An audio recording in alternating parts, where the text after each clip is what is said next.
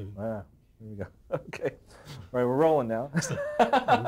No, Okay, so now we're going to start talking about television. Now, when's the first time you heard about television? I haven't gotten out of Disney's yet. Oh, yeah, not Disney. Okay, why'd you leave Disney, or why did you I not didn't stay leave at Disney. Disney. Well, yes, I did.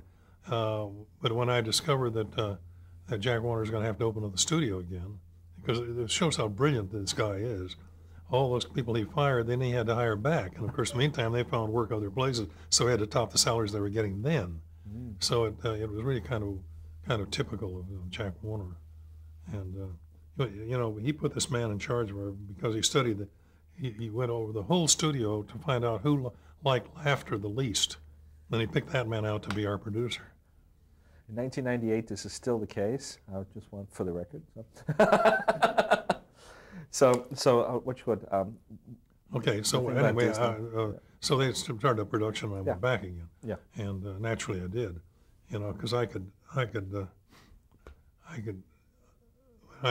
It's very easy to be brave if you know that there's a mattress there to catch you. And when they opened the studio, that was my mattress. So I found out that I couldn't work at Disney's, and the reason I stopped working there was because I saw that nothing happened unless Walt okayed it. And you might have to wait 3 weeks to get an appointment with Walt to come in and see this sequence you were working on. And there was old stuff to these guys, but not to me. I was used to working at a pace. I still do. I still do 50 or 100 drawings a day when I'm working on a product, but I do probably 25 drawings a day anyway, because you get into the habit, It's like some writers can't get through a day without writing something. So, sorry. In case I get fat. Where were we? Oh, so you're saying, so you went back to Warner's, and then... So I went back to Warner's, and eventually Warner's closed down, and then I went on to MGM, and that's where I did How the Grinch Stole Christmas. And just before Warner's closed down, weren't you doing a lot of those stitch-togethers, the Bugs Bunny show? You take 3 shorts and do a little animation. Well, we did some very good things in there. Friz and I produced and directed those. But we made bridges for every one of them. Yeah. We made specifically. And the bridges were good. They were fully animated. And then those lovely people in New York started cutting the pictures up. Now, those people, they have no right to cut up anything. They weren't butchers. They were hog butchers. And they were not good psychiatrists, and they were lousy editors. They said, you don't even have to know something, don't you, to do this? But they would they would strike at a child's credibility. The sense of rationality. They would show somebody coming up with a gun, and then they would show what happened afterward. But they wouldn't see the gun going off. And, of course, I never, ever shot anybody to kill. I mean, Daffy Duck's bill would go around and around or something like that. And people asked why I did that. I said I did it because I thought it was funny. That's why. I didn't put anything in there unless I thought it contributed to the story or I had some fun with it. That was our business. It was making people laugh. Let me go way back for just a minute. When we knew that was our job, was to make people laugh, we knew that we were not making pictures for children because our pictures were made solely for theatrical release. And they always were made for theatrical release, right up to '63. None of them were made for television. There was a perfectly good, maybe illogical reason for it, but there wasn't any television. And therefore we couldn't make things for something that we didn't know existed. So we tried to make pictures to make this audience last, and since we didn't know what the audience was, we certainly were sure that every theater was not composed solely of children, and because we were so young, we had very recently left our parents, we had very little respect, and our teachers, we had very little respect for adults. So we ended up where every creative person, or if you want to call us creative, is, and that is you make or paint or draw for yourself. And you try to do what, and we figured that we made each other laugh, hopefully the audience would follow. And it turned out they did. And so our faith wasn't lost. But we had this enormous respect for each other. That was the thing that made it work. And so we struggled happily through all those years, fighting with the producers one way or another, and found that without a producer, we were like playing tennis without a net. When you get the producer, well, he'd give you trouble. And that was all right. We had somebody to frighten, to scare, to apostatize, whatever that means, to do something to. So we got a double pleasure, and that was to make pictures that we enjoyed making, plus making somebody else uncomfortable by doing it. Very good word, Yeah. good word. So that went out in 1963. Now, I remember that in 1954, KTLA and WNEW in New York started running Warner Brothers cartoons from the library as on Saturday mornings, and I would believe that's more or less the beginning of Saturday morning television, but for children to watch. Did you know about like what was happening with television up till that time? No, we didn't know anything. Yeah. But we used to kid about it when television was being done. There's a big thing on diseases, and they had stab out VD, so we said stab out TV, and because we figured it might put us out of work, which eventually it did. but you have to understand. I mean, you don't have to understand, but you'd like to understand. I will tell you that what we thought was that the lifetime of our cartoons would be probably 3 years before television came along, because you'd run in a first run theater, and then you'd run into a second run theater, and a third run, and down to maybe fifth run. You start out at maybe $100 a week and end up at $2 a week. They didn't buy new prints at all. They just, when it got to the point where there were so many scratches on it that you couldn't see it, that was fifth rate, then they took it out of circulation. Once in a while they'd reprint them if they thought something was particularly good and put it out under another label, Blue Ribbon or something like that. But there weren't many of those. 3 years was about what you expected, so that was another reason for putting in gags that wouldn't go beyond 3 years. So we lived in a kind of paradise. We didn't know it, but we were just different than any other studio. But we did have that wonderful discipline of making the pictures at a given length and a given length of time. And I never saw a budget, because it was very simple. If they knew what they were paying the director and knew what they were paying the animators and so on, they got a picture in 5 weeks, they knew what they were paying. They knew what the picture cost. So at what point did you yourself, like physically, like, can you recall the first time you saw a television image? Like, were you at Munich in 1936, or were you? Was that in Munich? Yeah, or just the first time you can recall actually seeing a television image. No, I remember that. The World's Fair of '39. No, a friend of mine worked over at NBC when it was on Sunset Boulevard and Vine, and he invited us to come in and see it. And it was about this big. I don't remember what year it was. It was about this big, and it was black and white.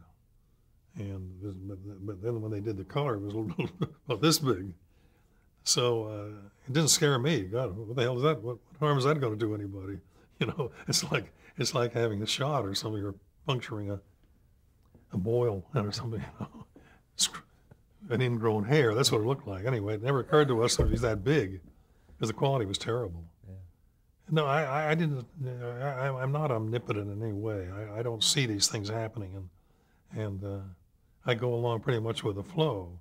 When I found myself out of work, I looked around for work, and MGM decided they wanted to do some more Tom and Jerry's, and Hanna-Barbera wouldn't do them because they cost too much, and they were doing restricted animation then. They call it new animation or modern animation.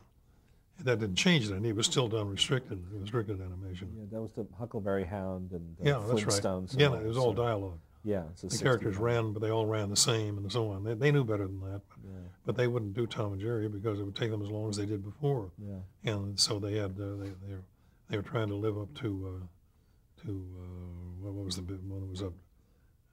Anyway, I don't remember everything. In fact, I remember less and less. But I tell you, I feel like Mark Twain did. He said, as I get older, I find it much easier to remember things that didn't happen than things that did. Mm-hmm. So you can take it for whatever that's worth. So I was talking about, so I did a bunch of Tom and Jerry's, and Abe Levitel and my whole crew came over there, and worked with me on the 12th story of that building in the corner of Sunset and Vine. And so we worked there and made a lot of pictures for MGM, including How the Grinch Stole Christmas and the special of Walt Kelly's, the Pogo special, birthday special, and things like that. And we did the Cricket on Times Square, and these were all my same crew. Mm-hmm. And then we actually did a feature there, which Jim Aubrey came to take over MGM by the time it was released. And he said, "Oh, that's crap." He said, that's for kids." He said, "You can run it on Saturday." He didn't pay any attention to television, but he said, "You can run it on Saturday morning before noon to kids if anybody wants to look at it." I can't imagine anybody wanting to look at it. It went overseas and was quite successful, but I don't pretend to know much about making features. My short subjects are really much more my thing. So when we did the Grinch Stole Christmas, because I'd known Ted, as I said, during the war, but it had been 15 years, or 65 now, or probably 62, and so I really wanted to do something of his, and Charlie Brown was in the works I knew, doing a Christmas special. So I went and talked to them and told them that I thought it was time for we did something in that field, and I thought that Dr. Seuss was the right person to go to. So I called up Ted, who lived down in La Jolla, and so I asked him, would he be willing to think about doing it? Because he was anti-Hollywood very much, because when he left right after the war, they pirated a lot of his stuff and took his credits off of features. And he did some documentaries, one of which won an Academy Award, and somebody else took it. So he was pretty sour on that. So I told him this was another field. This was television, and he didn't know much about television either. But so I went down there, and we talked about it and decided on The Grinch Stole Christmas. So I came back, and then I had to talk MGM into the idea of spending enough money for a storyboard. So we got the storyboard completed, and I did most of the drawings, about 1,700. I had a few people that gave me some help, very good help too. And Maurice Noble was designing the backgrounds. In those days, though, it isn't like it is today. If you didn't sell it to the network, you just had to sell it to a sponsor, and then you go to the network and say, "Here's the product. This guy's willing to pay for it."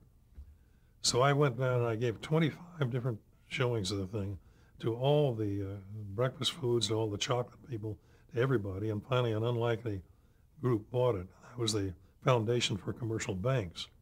And I thought that was very odd, because one of the great lines in there is that the Grinch says, "Perhaps Christmas doesn't come from a store." And I never thought of a banker endorsing that kind of a line, but they overlooked it, so we went ahead and made the picture. But think about that, all these people refused it. Yeah. And that picture went out, and that was written in 1953. That's why Dr. Seuss said, for 53 years I put up with it now. In 53, and the book, The Grinch Stole Christmas, was selling about 5,000 copies a year, which is pretty good for a children's book. The year the cartoon went on, the second year it did 50,000 copies in 1 year, and it sold at least 50,000 copies a year ever since.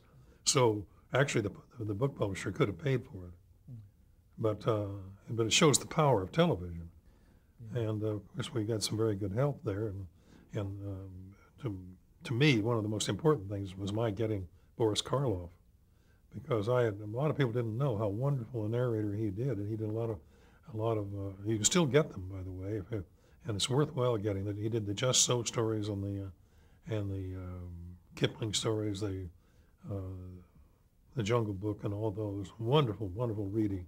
And if you can get some, I recommend it highly. And he had this lovely, wonderful voice. Mm-hmm. Everybody thought of him as being a villain. Yeah. And he was so dear when he read it, you know. He really gave accent to each one and each note. The narrator was important there. Well, in reading it, I realized it only ran about 12 minutes. So most people would say we had to pad it. No, I felt that you had to extend it. You had to make, that's very different. If you pad it, it's fat. If you extend it, you find somebody in there that's important, like the dog turned out to be the most important character to me, old Max. We call him Max the reindeer dog, because Max represented every boy's dog. And when he was treated badly, and that's all right. And one of the great dog stories ever written, The Bar Sinister by Richard Harding Davis, and this dog in there said, he was talking about these people, he said, "I knew he was my master because he's the one that kicked me." And that's a very good description of how good a dog is, you know. So I realized this dog could be he represents the audience. And he's upset by it. He's a slave, but he has to do with the soldier, but he also is observing that he obviously doesn't like it. And so he plays a very important part to me all through the picture. And he related back to something that happened to me when I was a little boy. the great dog that every boy hopefully has, named Teddy, because at that time they were still calling dogs Teddy after Teddy Roosevelt. And so Teddy one time came home very ill, and he'd been poisoned with strychnine and was dying. And I remember seeing him there with my father trying to rinse him out and everything. Terrifying. The worst thing I've ever seen or cared about. I've never had a funeral of anybody that matched my feeling about that dog. And because I'd never met death before at all. And to see this dear animal that meant so much to us, uncomplaining and so on, and always there and always a friend. So my father, thinking with his intellect, which was a little bit lacking sometimes, decided we should have another dog. So he went out and got a dog, but he didn't think very well. But it served his purpose for a curious reason, because he got this little dog who was a fox terrier, a little tail about this long. They used to say that they had men that bit the tails off dogs. And that was kind of a funny idea too. Well, I guess it was true anyway. And you could get to like it, I suppose, you bit enough dogs' tails off. Anyway, so he got this little dog, and he came to a point. And father felt he could teach anybody to do anything, so he decided to teach this dog to sit up. So he'd balance him up on this little point where the tail was, and he came down. He was like this. He came down to a point. And so it's kind of like this, you see. And here's his little bottom right here. So he'd get in that position, and father would say, sit. And he tried, but then he'd topple over. And then he'd set him back up and say, sit. And the little dog would topple over. And then he said, after a few times, he looked over at us, the 4 children, there were 4 of us, sitting there on the floor, and we could hardly control our laughter. See this poor little dog trying hard and falling over. So he said, I'll take care of you later. Go to your rooms. So we went upstairs, but it didn't help any, because we could hear him say, sit, and then you heard a little line, and boom, you hit the floor. So mother said that he eventually put him in a corner, so we didn't know what was happening, but we heard him say, sit, and then a scraping sound, and then a pop. Well, I was maybe 7 years old at that time. And then, so when we started developing Max, I realized that this was a good bit of business. So when he props him up to use as a model for his Santa Claus costume, he used him as a clothes horse. But Max couldn't sit up, fell over. And then when they put the thing on here, it was too heavy, and he fell forward. Those are little undercurrent things. That was not part of the book. That's what a director, I think, has the right and the duty to do, is to develop the story. After all, now this is not a book any longer. This is now a visualization. And you have to do away with all the adjectives and all the adverbs and put them to work. You have to show, not tell. And so the dog stood me in good stead 30 years later. Yeah, it's been run, I said that it's been run like uninterrupted since it first came out. Another little story about that is the man who sang that song, You're a Mean One, Mr. Grinch, was a man named Thurl Ravenscroft. Isn't that a great name? And he was an announcer and did the voice for the who was the Jolly Green Giant and that Green Giant Peas. Is it a lion or anyway? He's got that wonderful deep voice, and this great, that one. Oh, Tony the Tiger. Tony the Tiger, yeah. That's it. But it's interesting because the first picture I did, he was the basso of the quartet called the King's Messengers or something like that, and they did the singing in that first picture, and I used him there in the last picture I did, but very close to the last. And in the meantime, he's come down here and he's in that pageant of the artists that they do in Laguna Beach. He's the announcer. Oh, that's nice. So he was a dear man, but it was kind of interesting. I never understood why bassos are so often tall. You'd think they'd be tubby, wouldn't you, to do the bass of those. Wonderful deep voice. Now the following year after Grinch, you were doing consulting work on the creation of Sesame Street. Well, to the extent, I think what I did to clear the air. Don Ariely, who later became from the National Film Board, he's an American that lived up there. I'm in the United Statesian, was up there, and he said, and when they had this first thing, they called a bunch of child behaviorists and so on, and met there in a hotel in New York, and we sat around the table and listened to these people talking about child behavior and psychology and all that stuff. I mean, some of it's good, I suppose, but in this case, when they said auditory sensory response, I said, I put a sign up and held it across the table. I said, does that mean hearing? Visual auditory response or visual response, does that mean seeing? These people insisted upon using these archaic, they were the eleemosynary of their day, and they were supposed to be teachers, for God's sake. So I think about all I contributed to it was pointing out that we're talking directly to people. We're not skirting around talking about these things. If you want hearing, say hearing. It's an ear. That's what things happen in there. If you breathe through your nose, you get what you get there is a chemical reaction, and so on. These things. Let's just be honest about it. Let's say what it really is. Not honest. I don't mean that. I mean honest in the use of the language. Mm-hmm. I'd like to take credit for doing everything but I wasn't. I had very little to do with that. Probably just as well for them. Right. Yeah. So you had your own, which was so from the Grinch on, or from '64 on, you had your own company. Yeah, Sunset. But the same people that I had at Warner's. Yeah. And we did the cricket in Times Square and the Very Merry Cricket and the other one, and we did the 3 Jungle Book stories, and we still have those. Mm-hmm. And Mowgli's Brothers. Now that was an interesting thing. I found out that when we were going to do the Jungle Book, I was suspicious of the Disney thing because they had called it Mowgli, and when my father read it and when Boris Karloff read it and so on, they said Mowgli. So I figured there was one person who can tell me this. It was Kipling's daughter, who was still alive. She was about my age then, about 80 or late 80s, and so she said. So I called her up, and I said we were hoping to produce a couple of stories from the Jungle Book. I said, how do you pronounce Mowgli? She said, Mowgli. I hate Walter Disney. But they didn't bother to find out how you pronounce it. It was like when they did Ben and Me. My daughter was in junior high school at that time, and the director of Disney, his daughter was there too, and they were friends. So they asked us to go see the preview of Ben and Me, Robert Lawson's thing. And afterwards, we went out and had a cup of coffee or some ice cream or something, and my daughter asked the director, she said, there was a little section in Ben and Me that you didn't include in the picture. He said, really? Is that so? He said, I didn't read the book.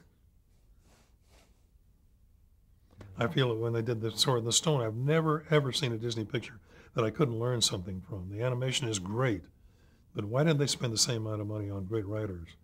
You can take The Sword and the Stone, which is one of the monumental stories for human beings and one of the great stories about childhood, and to reduce it into that pattern of Sir Kay is not a kid who happened to have certain advantages and therefore became upstagey and so on, as kids who have everything are likely to be.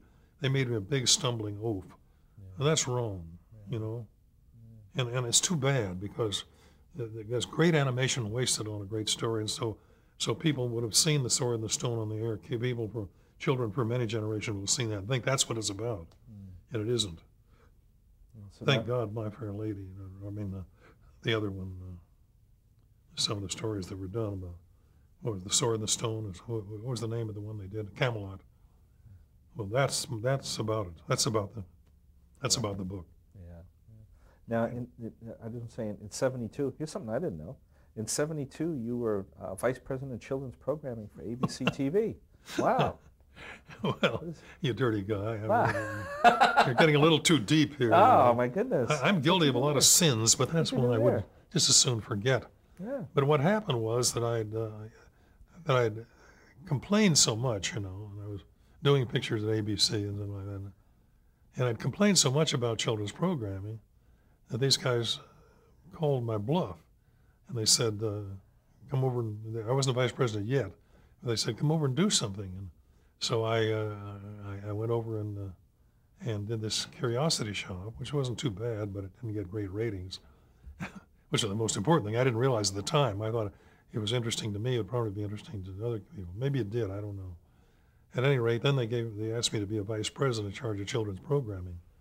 Well, that was a very good idea, except that, that nobody listened to me.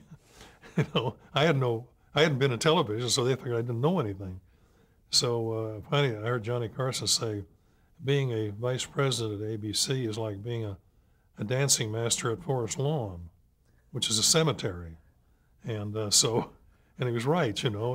And I realized it was true. I was getting up there and doing my little song and dance in front of a bunch of dead people. And so these presidents of the network and so on would open their eyes a little bit long enough to, you know, they look more like a carp or a stingray or something. They'd open that much and they would close, but they wouldn't pay attention. So I had to leave because I told them that I didn't want to be a vice president. I wanted to go back and do drawing and writing and so on. That's what I'm still doing. I presume that's the reason I'm still alive at 85 is because, you know, anybody that retires is crazy.